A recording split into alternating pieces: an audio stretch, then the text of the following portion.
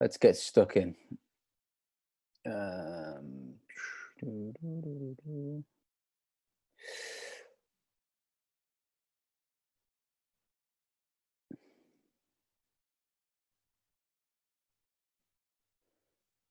So tonight is about creating a brand that leads you to that brings leads direct to you.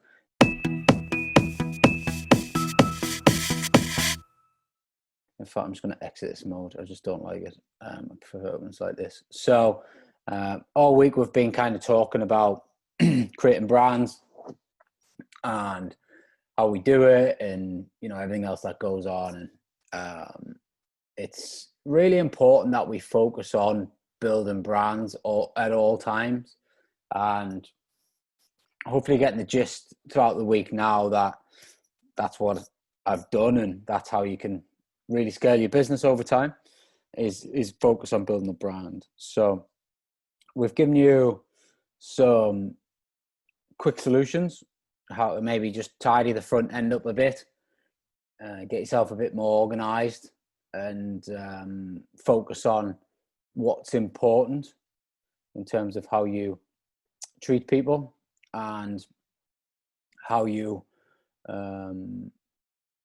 go about your business on a day-to-day basis. I wish you could auto accept these people that keep coming in. So hopefully we're starting to get some great moves. I'm seeing some awesome things in the Facebook group. The interaction's been great, and it's pleasing to see that everyone's engaging. I think everybody's done the homework, which is awesome. And everyone's getting into the group more, and starting to interact more, and the comments and the homework that's been done. It's great to see. So you've got to really use networks. And I think the days of I've never liked going to the traveling networks. I think they're a waste of fucking time, to be honest with you. By the time you've traveled there, stood in the back room for 10 minutes, and then chucked a few business cards out to then get nothing from them. I mean, don't get me wrong, I'm sure they do work if you put the time and effort into them. I just think that you've got a network of everything you need about 3 inches from your face, maybe not 3 inches, but you get what I'm saying. Like that, you've got a computer there or a phone, and you've got everything you need there to get everything that you could possibly want. So why travel an hour into the city or travel half an hour down the road? And then, it's just, for me, it was time wasted, and I never really got anything out of them. So I just stopped going, and then just focused on this stuff, and obviously got a lot better results. And I mean, most of those sort of things are obviously not happening these days anyway. So most people have been forced to do this kind of Zoom networking. So use the group. The group's scaling at a rapid rate. I think we're, into the 1,000 now of members, and everyone. We don't accept everybody into the group because I don't just want it to be a shit group. Basically, I want it to be a group of people that genuinely want to add value. The amount of posts that I delete behind the scenes, and Faye deletes behind the scenes because people just want to pitch crap. We give them 2 opportunities. If they pitch twice, then we just remove them from the group. So that's why the group has no pitching in there. You will never see a rent-to-rent deal being pitched in the group. Might surprise you that. But the group is about networking and, getting your questions answered and getting the support that you need. So, you use it for what it is. In terms of chat, we will, it's in okay. Chat we'll come on to in a bit. So today's about getting yourself out of obscurity. Just ping into the chat if you know what the definition of obscurity is.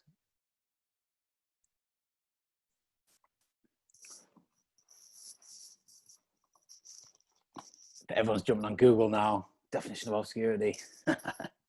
Cheating.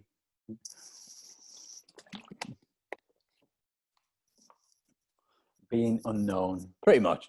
So, I've said it all week, but money follows attention. And, you know, if you are living in an obscure world, if you're in obscurity, you've got to get yourself out of that. You've got to get attention on yourself. You've got to become everywhere. And, you know, you've got to become omnipresent.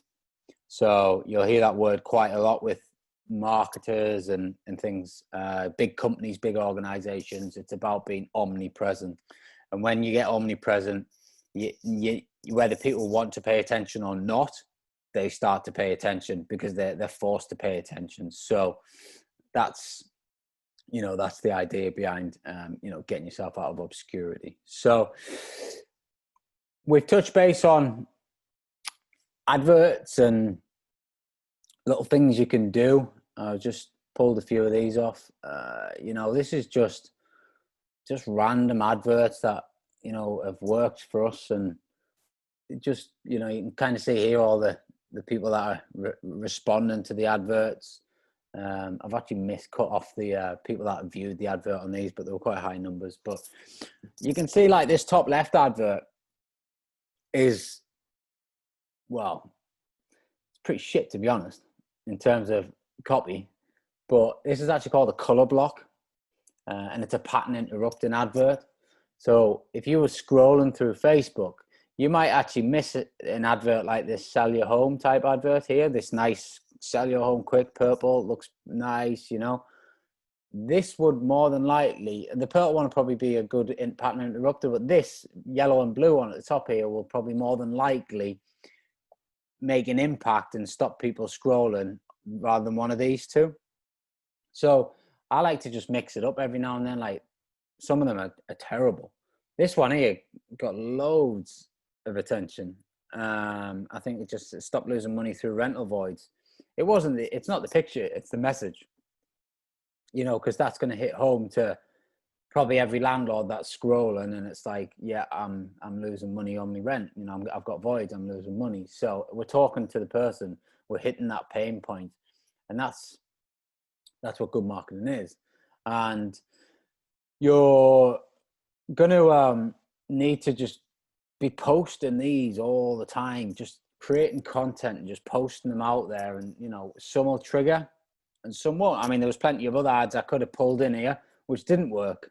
You know, got 0 responses, you know, very minimal views.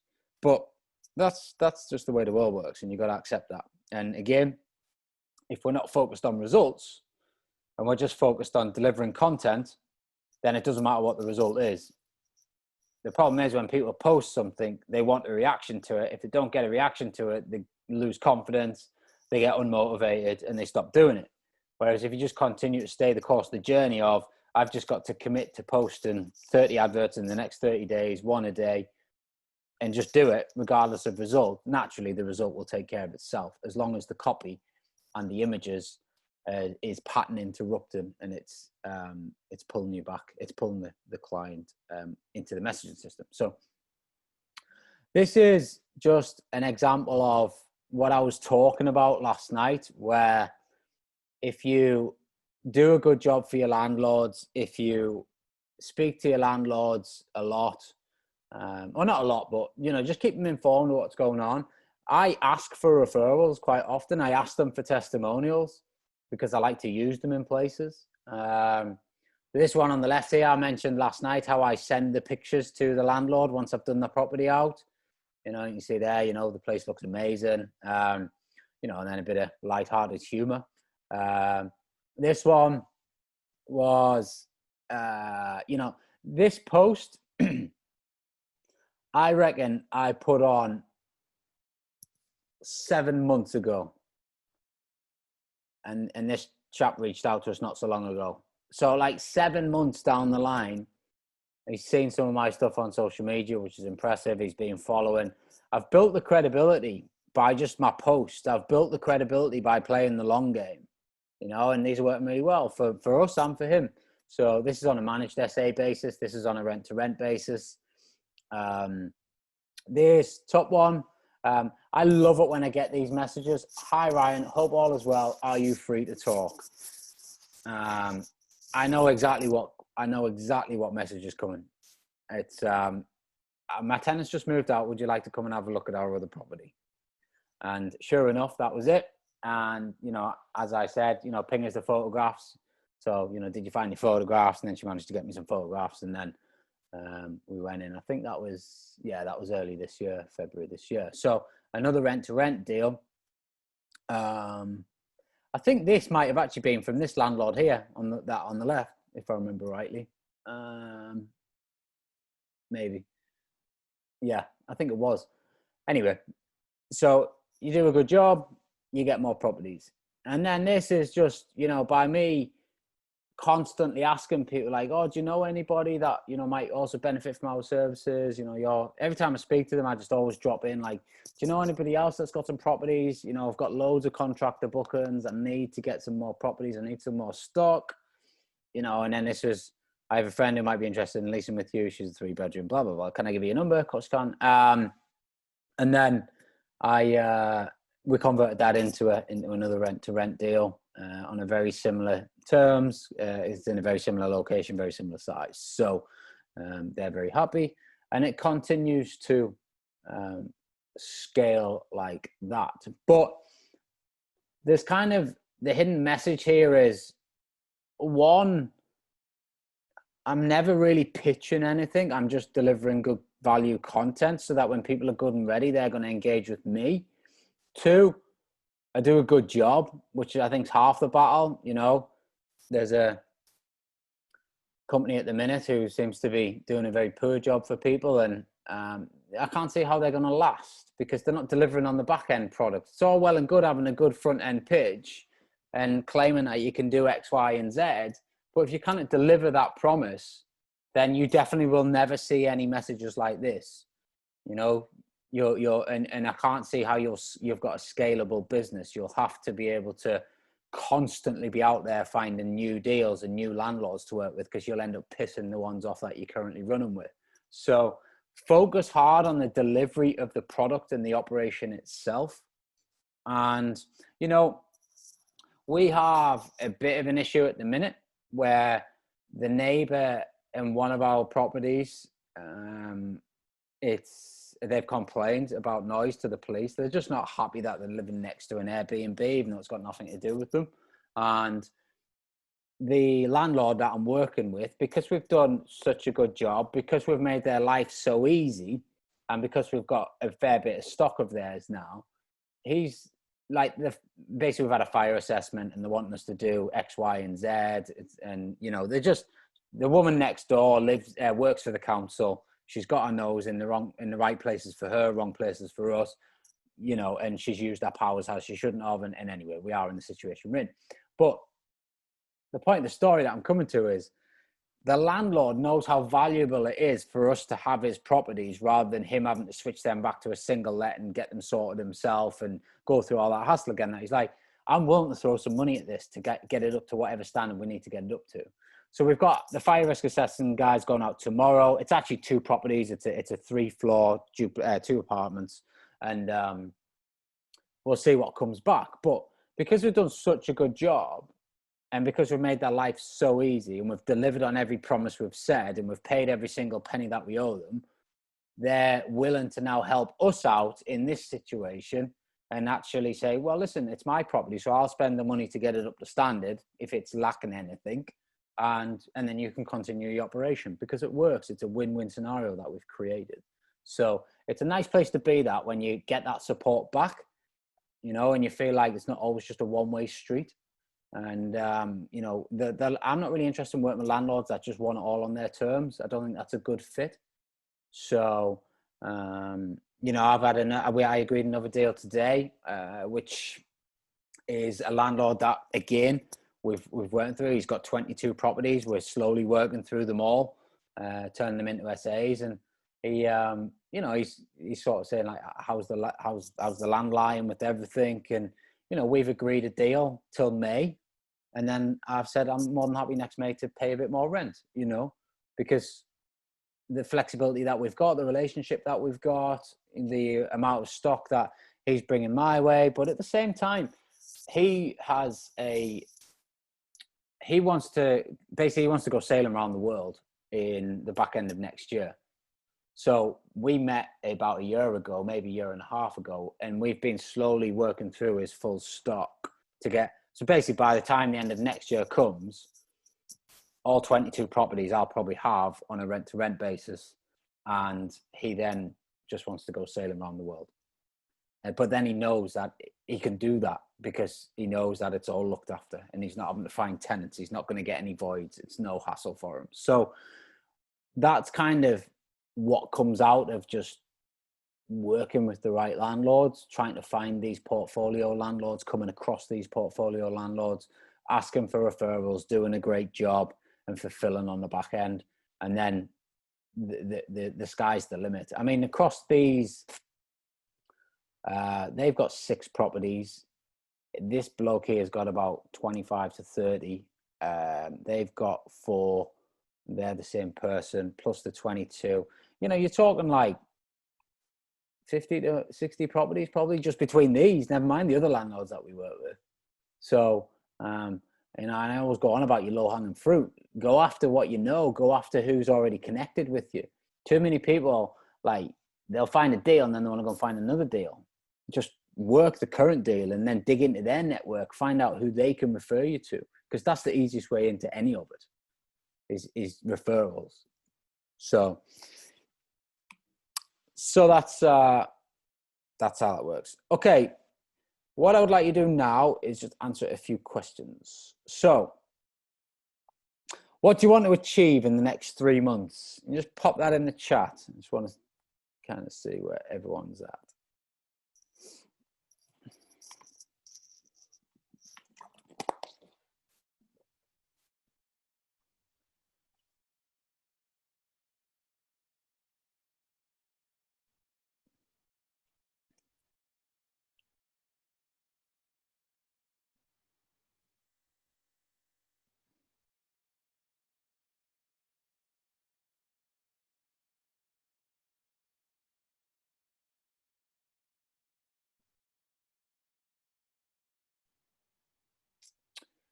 So we got 3 rent-to-rent HMOs to get my wife a salary from the property business, a couple of rent-to-rent HMOs or SA, set up full service SA business and gain minimum 3 units, 3 rent-to-rent SA units and another 3 rent-to-rent HMOs.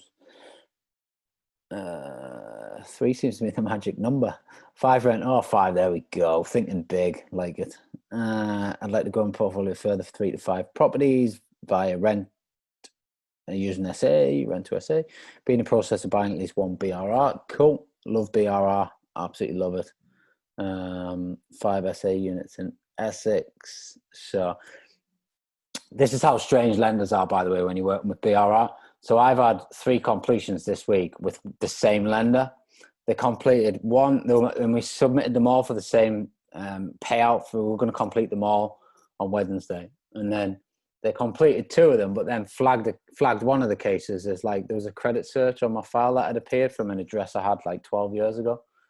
So they paid out on 2 and then wouldn't go with the 3rd. It's done now. It's like all sorted because it was nothing. But it's like there's just quite often lenders just aren't synced up behind the scenes. You know, we've got quite a lot of properties with this one lender as well. So then they delayed the whole process by like, it was only a couple of days, but it's just a nightmare having to resubmit docs, and I've had to sign a new offer. It's like it's just crazy, but that's the joys of getting into BRR. Rent to rent's much easier. It's much easier than all the documentation and the PGs you got to get signed and everything else. But hey ho, that's what we all aim for. Cool. So we're all on the right track. We're all aiming for big things, and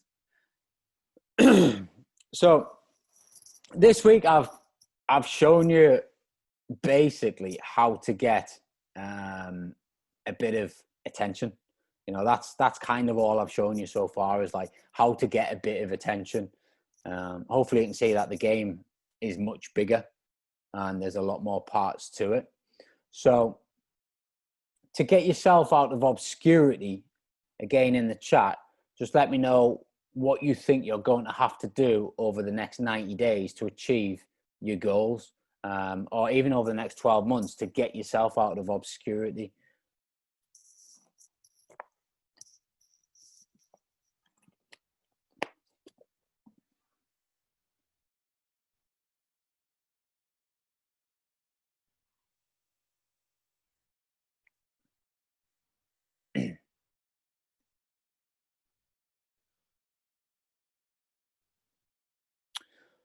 See what we got. Keep up in the game with regards to posts and content. Start using each platform correctly. Commit to posting value every day. Network like mad. Make yourself known to people who are important. Focus on Facebook posts and relevant content.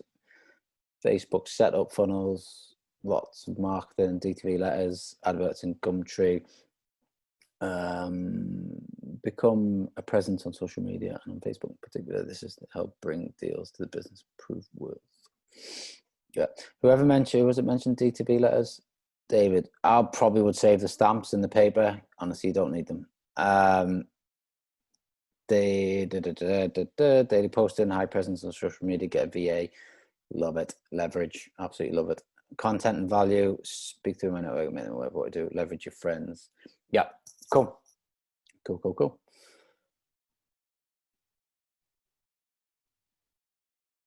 What I want you to do now is I want you to map out your next 30 days, your next 60 days, and your next 90 days. So what does your next 30 days look like? What I want to do is just, if you write it on a bit of paper, and then I'm going to quickly bring you on off, take your mics off, and you can just quickly, like 1 or 2 minutes each, just quickly, what you're going to do in 30 days, what you're going to do in 60 days, what you're going to do in 90 days. So I'll give you a couple of minutes just to kind of put some content around that and just, stay focused. You probably only want a few tasks in the slots. So map out your next 30 days, your next 60 days, and your next 90 days. If anybody needs any help, just unmute yourself and just ask a question.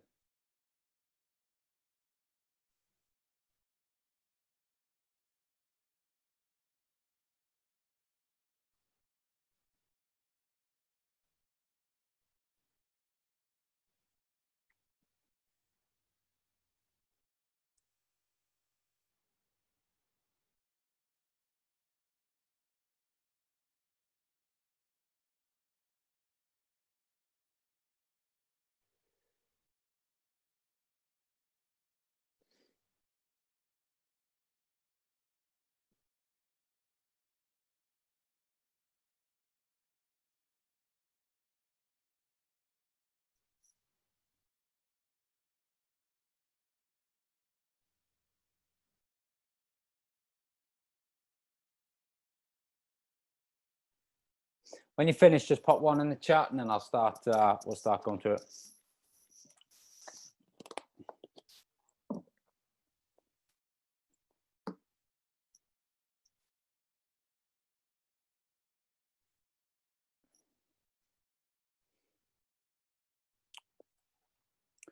Paul, where are you? Just hop off mute. Gotcha. Hey, man. Can you hear? Certainly can. Yeah, 30 days. Yep. I'll have picked up 2 to 3 units, SA units, rent to rent. Mm-hmm. That's my goal in 30 days. Mm-hmm. 60 days, I would have furnished them and started earning from them. And then the 90 days, I've rinse and repeat the process. Okay. And have you got the specifics around how you're going to do that? Yeah, well, basically, I'm just going to hammer the agents and landlords direct to landlords over the next few weeks. Okay, cool. All right, awesome share. Thank you. Matt? Yep, you got me? Certainly have. Yeah, okay, so 30 days, very similar. Basically get 1 unit secured within 30 days, a second in 60 days, and a third in 90 days. So 1 a month. That's my target for the next 10 months, actually. But yeah, I've spent today doing Street View to find the actual addresses of properties that the agents won't speak to me. So now I'm targeted direct to the landlords now. Okay, so that's cool. Thank you. Everyone else is still writing away. Oh, Alison's ready. Dive in, Alison. Right. Okay. So 30 days, I do need to set up my business properly so that it reflects what I do, and sort out the Facebook page and banners. I have a couple of friends with overseas properties, with UK properties that are working overseas, and I know that their properties aren't being very well managed. So I'm going to start with them, and having successfully demonstrated what I can do with my own property, use that as leverage to find their interest. Superb. And what was your 90-day outcome? Set about securing more deals, basically, on the back of those. Cool. Thanks for the share. David? Hello, you hear me? Certainly can. Okay, so I'm completely new to this. So my first 30 days was company setup, social media presence, join property groups, analyze areas with demand, source funding, learn the rent-to-rent strategy, and hopefully gain 1 unit. Yep. And then my 60 to 90s was just, again, regular posting to the social media platforms, and just pretty much repeating the above. Cool. Sounds like a good plan. We have Gary and Gaz. So we'll go with Gary first. Yeah, so my 30 days is finish setting up the business properly, because currently it's just in my name and it needs to be in a few other people's. Finish setting up the website for the business, setting up all of the various social media accounts, both my personal ones and one for the business. And I want to get a co-sourcing contact as well, so that while I'm out on viewings, if there's any deals that are not quite fit for me or I don't have funds for it or whatever, I can pass them on to them to sell on. 60 days, finish releasing equity from my house. That's already in the process. Securing some inheritance funds, which is coming in, and doing market research between me and the people that I'm going to be going into business with in a few different areas around Northwest. And then 90 days, get an offer accepted, create a schedule of works and get refurb quotes, and have sold at least one deal through co-sourcing. Cool. Sounds like a plan. Very organised. Mr. Bella? Hope that's how you say your surname. Hiya. Yeah, I mean, I'm just in the process of sort of getting set up myself. So in the next 30 days, it's a case of getting everything in place with the website, their social media, marketing plan, etc., and speak to potential investors. Sort of 60 days for me, really just aim to get as many leads through as possible, get a feel for how everything's going to sort of work, and then start setting targets. And then sort of 90 days, start hitting those targets for deals such as BMV, BTL, BRR, etc. Aiming for between 3 to 5 a month. So that's what I'm going to be aiming for by that stage, hopefully. Cool. Awesome. We've got next Mr. O'Boyle. So my 30 days, I want to acquire at least one SA unit. But to do all this, obviously speak to the contacts I have at the moment with agents and knuckle down on that. While in that 30 days, I want to be creating content that I can be posting out into like local Facebook groups and targeting landlords. Alongside gonna start doing a 30-day live challenge for myself to try and keep myself accountable. So obviously put more content and stuff out there, and hopefully people will reach out to me as they're starting already. The 60 days, I'm looking to acquire 2 units in that 60-day period, and then in the 90-day, I don't know if I would get another one, but I would then work definitely on the systemize and then get the process ready to manage those units, and then obviously can scale then from there onwards. Cool. Good plan. Thank you very much. Lewis?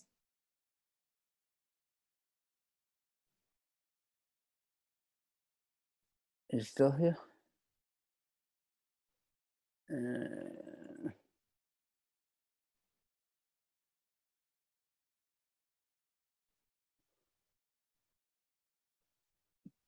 I don't think your mic's working. Daniel, are you outside, by the way? Yes, mate, I am, yeah. Sorry, doing an extension at home, so just burning all the wood from the roof trusses and everything. Fair enough. You want to run through it? I'll run through it if you want.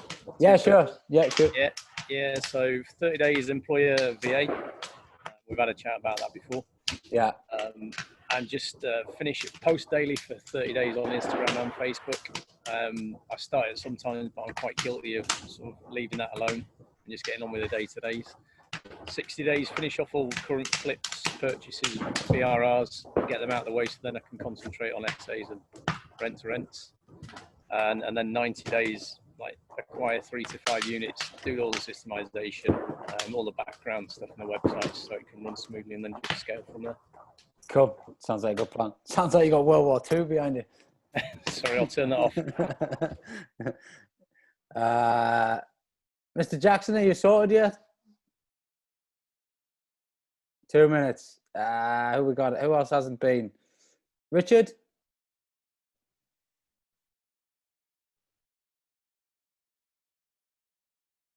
Yeah, nay.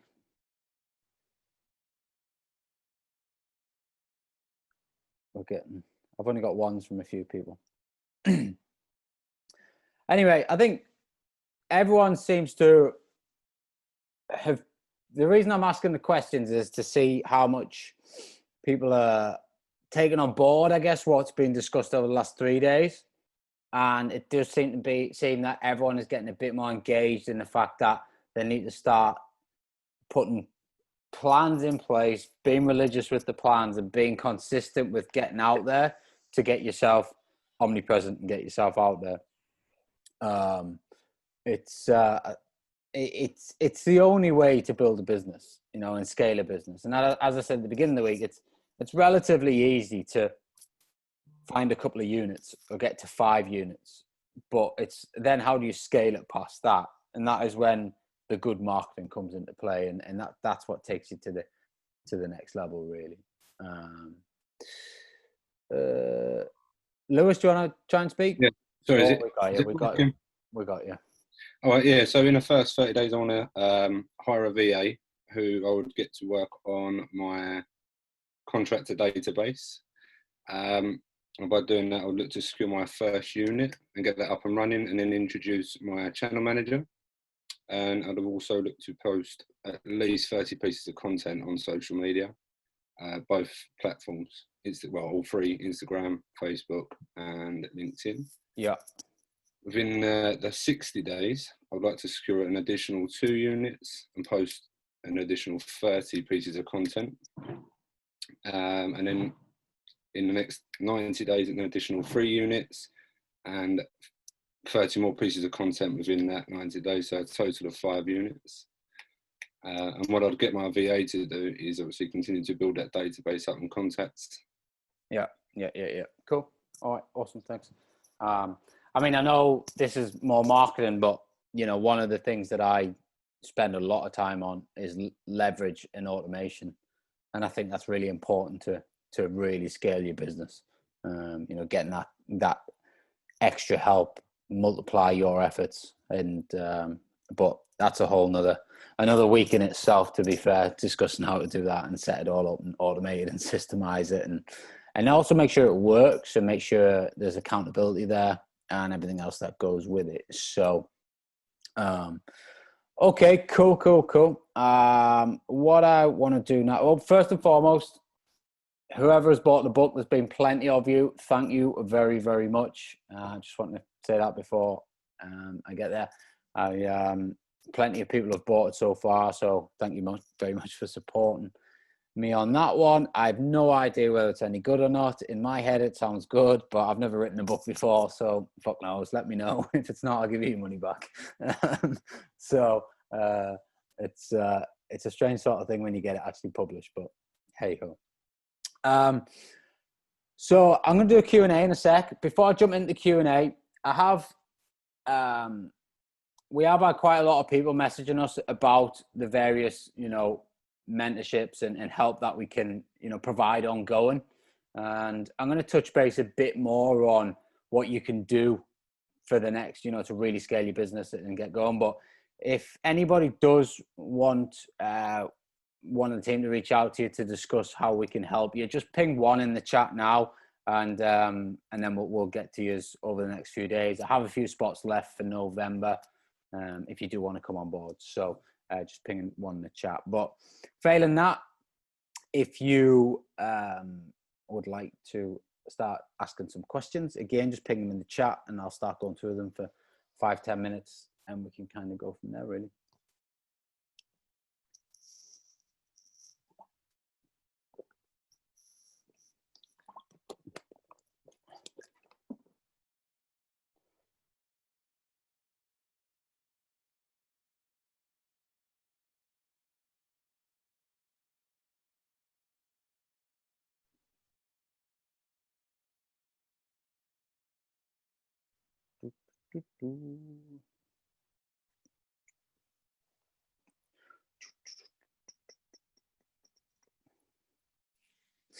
Let's have a look.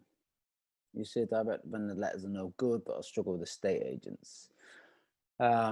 Again, I think if you're struggling with estate agents, think about yesterday where we talked about treating them as your client. You probably only struggle with them because maybe you're not treating them like that, and you're not, going down that route of nurturing them, maybe looking for the quick fix straight away. For me, the direct to vendor letters and the direct to landlord letters, I think it's just been done so much that it gets rinsed that much, and it's not that cheap.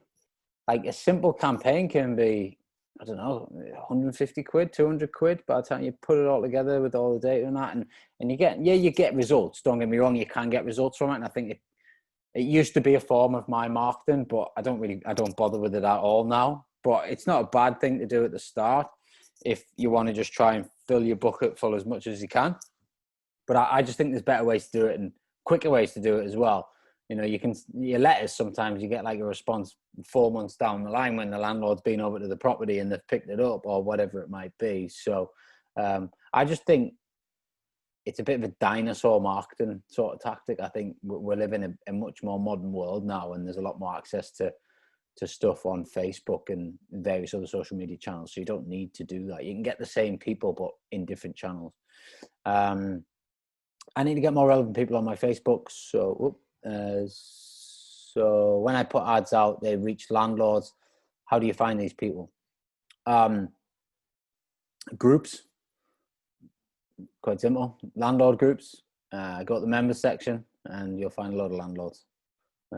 Most of them have in that work title what they are, but the fact that they're in that group suggests who they are. And that's probably the easiest way, to be fair. At what stage did you take on your first VA? What would be the first thing you would outsource, i.e. data scrape and social media posts? Yeah. What stage did I take my first VA on? I took my first overseas VA on after probably 10 hours of scrolling through Rightmove and realized it was shit. So I shot a load of Loom videos, put it in a spreadsheet, and then basically showed them what I was looking for and sent a video, did a bit of recruitment. So yeah, Ronald he was called actually. I remember now. And he was good. He still does a bit of bits and bobs to us now, to be fair, every now and then. But then I kind of, the data that comes back is okay. It's never amazing, but it is helpful. And again, it was just down to like investing your time more into them, and the more you put into them, because I think a lot of people go, right, there's a Loom video, there's a spreadsheet, crack on. And they expect someone from a total different country to be bringing these like amazing leads to your door.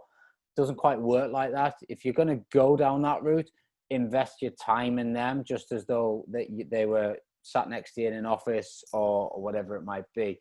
You will get the result out of them if you invest the time into training them.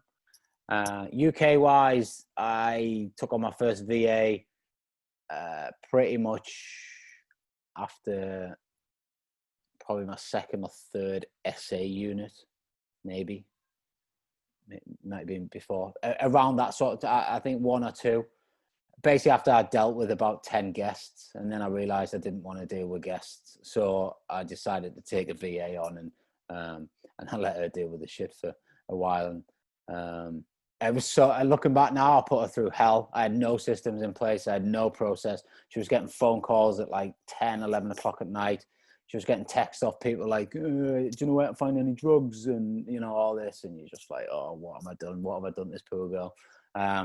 So she quit. But as with anybody, and I've always done this, whenever anybody leaves, I always try and get them on an exit interview. And I just like to know, like, how have I failed? What have I done wrong? How can I make it better for the next person? And luckily, she wasn't that pissed off with me. And she just like opened up and said, well, this isn't right. That's not right. This is happening. I can't live my life. Every weekend I'm getting calls. So I realized that I had to, you know, change and put things in place, or I'd never be able to recruit anybody, or more to the point, I'd never be able to keep anybody long term. And for me, I think consistency is the key to scaling a business. You cannot continue to scale if you just keep bringing different stuff in all the time. It just doesn't work. It's a nightmare. So yeah, I think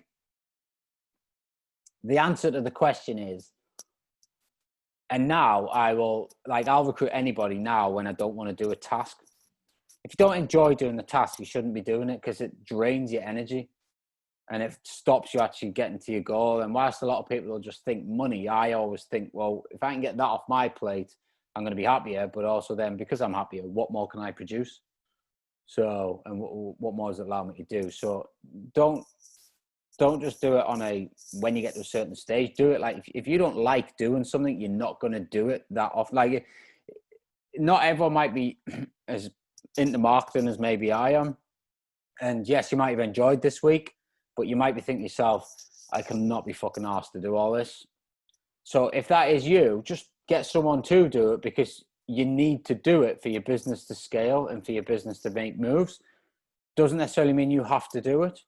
I hate going on viewings, like hate this. I think it's the biggest load of shit and the biggest waste of time ever, but it's a necessary evil. But in the beginning, I enjoy going on, sorry, I'll rephrase that. I hate going on viewings with estate agents that don't care, but I enjoy going on viewings when I'm going to meet a landlord that I can build a relationship with and have a proper conversation with, you know, sit down in the front room and have a cup of tea with, and actually talk about portfolios and talk about property. Or even an estate agent or a valuer that I've built a relationship before and I like to go and see them because they've got good crack and we have a bit of banter. That's different. But like ringing up Rightmove today and being like, right, I've seen this property, couldn't come and see it. And then they send you some link. So you've got to go through a link to book your viewing. And then they basically get someone to come and open the keys, open the door for you. That I'm just not interested in. I just think it's a waste of time. Apart, you know, I can cost a property pretty much off the pictures on Rightmove, but they say, oh, you've got to go to the property to be able to make an offer, which is just madness. But so I now very rarely go on viewings unless I know it's going to be an important one where I can build a relationship. So again, think about that. And you could even segment it in, right, these are the ship viewings, you're going on them. This is the report I need. These are the photographs I need. And I need you to do a video. It needs to be done like this. Send them back. And I'm going to go on these viewings because they're going to be what makes me happy, what I get good energy from, and how I can, you know, try and build a relationship into something bigger. I had a message from Airbnb today about COVID and hosting restrictions. Considering the furlough scheme is extended to March, do you think this could disrupt SA operators going into the new year? I think, again, it's location and avatar dependent. You know, we've had so many direct booking requests this week, which is strange. I don't know what everyone else thinks, but I took the kids to school this morning and I definitely didn't think we were in any sort of lockdown. Everywhere seemed to be still ticking around, and, you know, I went for a run about 10 o'clock and 9:30 and everything, roads are busy as anything. It definitely didn't feel like the last lockdown where it was a ghost town straight after the date it was announced. So I think a lot of people are still moving and businesses are still moving. And I think a lot of people, if they want to go away for the weekend, are probably going to tell you that they're a business. And but Yeah, it is gonna affect things, but again, it's like that short-term mentality. I genuinely think that in December you'll be busy, especially the week leading up to Christmas, and I think New Year's Eve could actually be a busy night. I know Boris is trying his best to keep us all in, but I'm just not sure how interested people are in staying in. I think people are a bit over it, but that's just my opinion. But we've not seen a dip on the contractor booking side of things, which is great. The holiday stuff that we've got there, I mean they've been impacted pretty much apart from July and August this year. So I think I wouldn't hold your hopes on like too much weekend activity, but I'm not sure how long people are going to put up with this sort of restrictions. So I think people might start pushing back a bit in the new year if they continue to try and lock us down. So I need some sun. I can't deal with not having the sun. So it doesn't really answer your question, but I think it's such a grey area at the minute, and it depends. Like my business has been profitable all the way through COVID. So from my experience, like, have I just landed on the right avatar at the right time? Maybe. Or do we just do everything right in terms of making sure we get referrals, making sure we're rinsing it, making sure we're getting direct bookings and not relying too much on the channels? So it depends what you're prepared to put into it as well. One of my mentees, I was on a call with them all this morning, and they have just picked up a 6-week booking from one of the strategies that we've got for getting direct bookings. First property, they went and executed, and they've got a 6-week booking, and they're about to set up number 2 and 3 SA units, and they've already got referrals from the first one to get more companies into their properties, which is awesome, So you could say it doesn't really matter what Airbnb is doing. Like, in all fairness, when Airbnb shut us down last time, all that happened was they started going to TripAdvisor, HomeAway, and all the other booking channels to book your properties. I actually think Airbnb shot themselves in the foot. So depends where you are, depends how you operate as a business. If you're going to sit and wait for the channels to bring you stuff, I think, you probably will be affected. How did you know what VA to hire? Again, probably just coming back to the tasks that I didn't want to do, and then I had to find somebody to do those tasks. So that's pretty much, I would say, the answer to that question. As simple as it is. Just whatever tasks I don't like doing, I get them off my plate. One of my biggest challenges is finding investments. Do you have any tips on this? Add value. Tell everyone what you do. There's a lot more involved in that to just sort of like give a quick answer. I could give you a quick answer, but I don't think it would have the impact. I think finding investor money is a process. It's not just there's the holy grail. All of a sudden you're going to get £500,000 chucked at you. I think it is a process that you've got to go through. And a lot of it is in your marketing as well. So how you kind of angling your messaging and kind of what you're doing and what you're showing. And then, topped up with conversations, networks, and So there's no one quick fix for finding investor money. There is a process, which I'd love to go into, but it's probably, it's a lot more than like a 2-minute conversation. So, for HMOs, how do you reference tenants to minimize the chance of getting a bad one? Well, just usual stuff, you do your employee checks, your previous landlord checks, your credit reports. But I think we also, like, we do kind of interview them. So we make sure they've got the right to rent. We, make sure that they commit to their viewing time. I think that's important. Tells you a lot about a person, I think, if they can't turn up to something on time. If they just give any bad vibes. I also try and think you've got to match the households. Like, you don't want to be putting 20-year-old kids in with 45-year-old, people, and or late 30s, or you got to try and balance the households. You don't want to have like a 6-bed HMO with 5 blokes in, and then you chuck the girl in there. It just more than likely isn't going to work, and possibly even vice versa. So you've got to really think about, for me with HMOs, is how you balance your houses, and that's one thing I think we've done quite well. And touch wood, we've not really had any problems. And bad ones are just a bad tenant's a bad tenant. You on the face of things, they can be great. They can check out. They can give you the best credit reports and all that sort of stuff. But they can just be an arsehole, and that's just the way it is. But there's ways and means of dealing with them. Who do you use to do those finance and employment checks? Who we're using at the minute? Rent Profile. We use, I think it's 15 quid or something per check. The only downside is they're a bit slow coming back. So sometimes it can be like 72 hours before you even get a response. So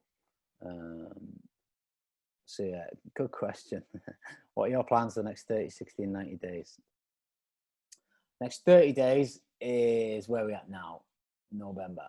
Next 30 days will be another 10 units acquired across a mixture of rent to rent and BRR. Next 60 days, I want to buy another 10 houses in the next 60 days and have them over the line. So I'm going to have to get my arse in gear and get moving. We are out there deal sourcing. We've never stopped really.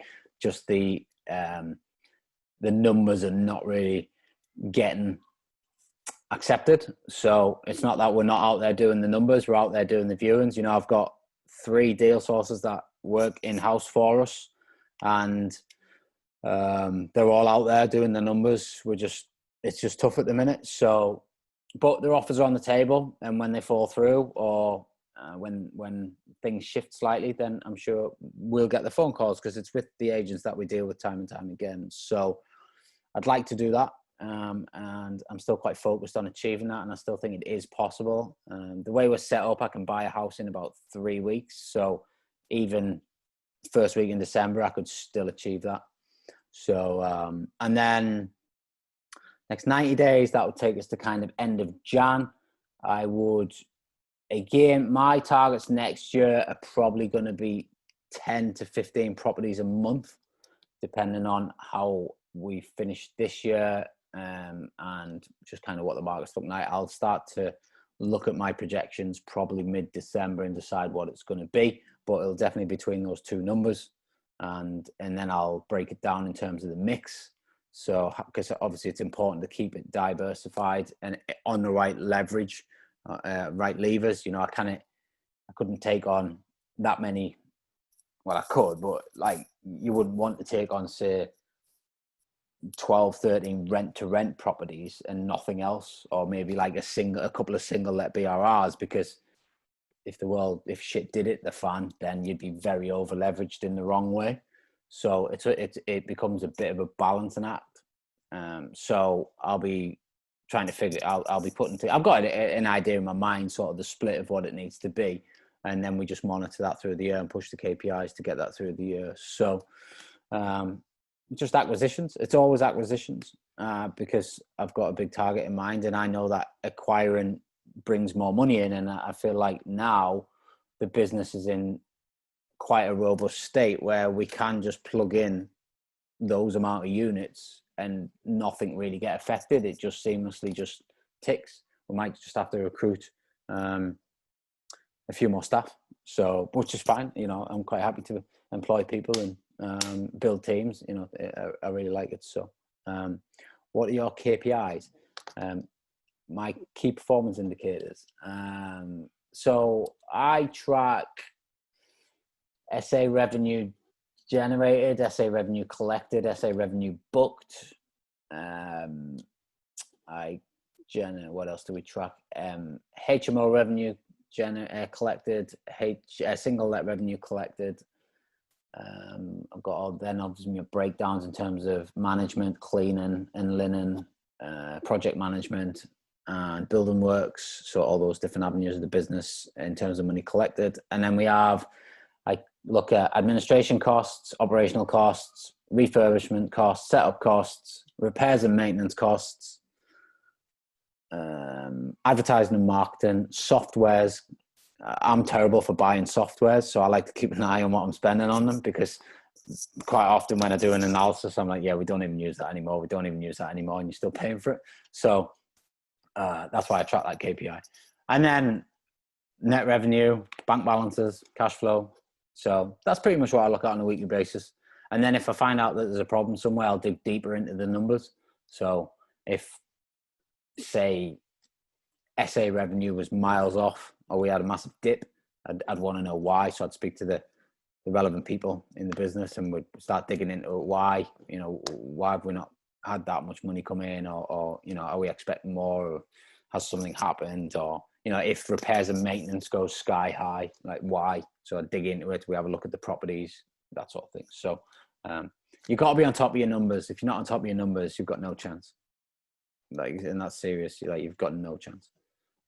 You've got to know your numbers, not inside out, but you've got to have a good indication of where your business is. I then break the KPIs, so they're kind of the financial KPIs, and then every team and every person has their own KPIs that we review every Monday, and that goes anything from number of posts created in the marketing team to how many members we've got in groups, how many people are on our email list, all the way through to how many viewings have we been on, how many missed cleans have we had, what our review stars are for cleaning, what our review stars are for staff, how many referrals we've managed to get, how many testimonials we've taken. So like, you can break down the KPIs, but by having a focus on the core, how everyone having a focus on the core KPIs, they know they've got to achieve them. And I know if they hit the KPIs, then the business moves forward each week. And that's the ultimate goal. And then I know if everyone hits their individual KPIs and the operational KPIs, the financial KPIs tend to take a bit of a leap. And then from that, obviously moving in the right direction. So again, that's another session altogether. But you know, there's so much involved in this, but it's like, for me, I like to piece things together. I don't really like the operational side of things. I like to be like really working on a business. And like today, I've pretty much built out, like, when I go running, I go into this world where I just like think stuff, and then I come in, I brain dump it all, and then I just like build it out with the team. So just like on flow charts and all that, and then they just go and execute it. Today I've built out like a whole load of new Asana boards to get us more operational, get us more efficient, so we're not missing tasks. Put a load of SOP documents together with videos to make sure that anybody that is onboarded knows what they need to do, how they need to do it, and how they need to work the systems to make sure that there's no chinks in the crack. And if anybody new comes into the business, then I don't have to repeat the training, neither do the line managers. They just say, there's the SOP document, go and follow suit. And they then just dive into the videos. They're there, little quick videos, and then they know exactly what to do. So my main goal at the minute is getting everybody out of emails and onto one communication channel and one accountability channel, and just coming totally away from emails, because I feel like tasks can get lost on email. So I can forward someone an email and say, can you sort this out? But unless they reply back saying it's sorted, I don't know whether it's been sorted or not. So just something as little as that can make a huge difference to the business. So by getting everybody out of email and onto accountability sort of platform, I'm using Asana, and into our anything that goes on in our communication platform, which is Slack. And if a task is raised in there, make sure that then gets put into Asana, and everyone's got an assignee and a date, so nothing gets missed. So that's kind of a bit behind the scenes what goes on. So homework, nearly forgot. Right, let me find out what it is. Right, so again, on the picture that I'll drop in the group, where do you want to be 90 days from now, and what support do you need to get there?